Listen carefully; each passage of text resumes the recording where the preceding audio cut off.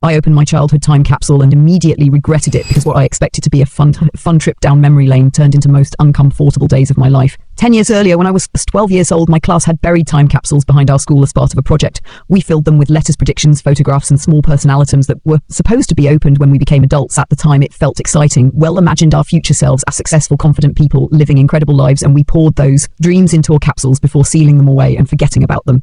Years past, school ended, life moved on, and eventually I barely remembered the capsule existed. Then one day I received an invitation from my old school announcing our union event where former students could return and open their time capsules for the first time.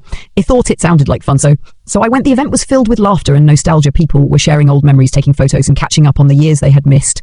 Eventually the school staff brought out the Thess Apsalise and placed them on tables around the room. My heart raced a little as I found mine. It was scratched, dirty and covered in dust, but somehow instantly recognizable. I carefully opened it and looked inside, expecting to smile at whatever childish things I had left behind. Instead, I felt my stomach drop. The first thing I pulled out was a letter addressed to my future self. Written in my own handwriting were words I had completely forgotten. I had written, "I hope you never become someone who gives up. I hope you travel the world. I hope you stay close to your friends. And I hope you are brave enough to follow your dreams." At first, it seemed harmless, but then I kept treading. The letter continued with a list of goals I had promised myself I would achieve by the time I opened the capsule: become a writer, visit at least 10 countries, start a business, learn another language, help mom retire early, and never settle for a life that makes you unhappy. Each sentence felt easier than the last, because sitting there reading those words, I realized how few of them had come true. I had never started the business. I had never learned another language. Most of my childhood friends had drifted away, and instead of following my dream career, I had chosen a safer path that paid the bills but never excited me. The optimism of my 12-year-old self felt almost painful. Then I found a photograph. It showed me standing beside 3 friends with huge smiles on our faces. We had sworn we would stay friends forever. Yet I had not spoken to 2 of them in years, and the third had moved away long ago. Next, I found a folded piece of paper labeled predictions. It contained guesses about what my adult life would look like. Some were funny. I predicted lying cars would exist and that I would become famous for inventing something important. Others shit harder.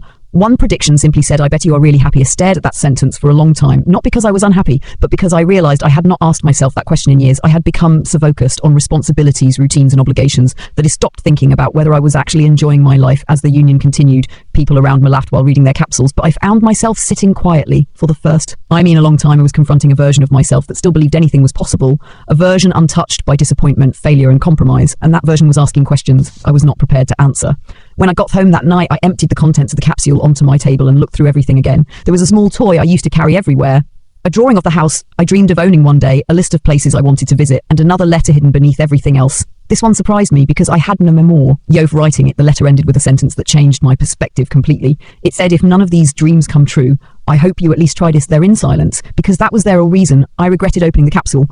Not because I had failed to accomplish everything, but because I had stopped trying. Somewhere along the way, I became comfortable with postponing goals until someday.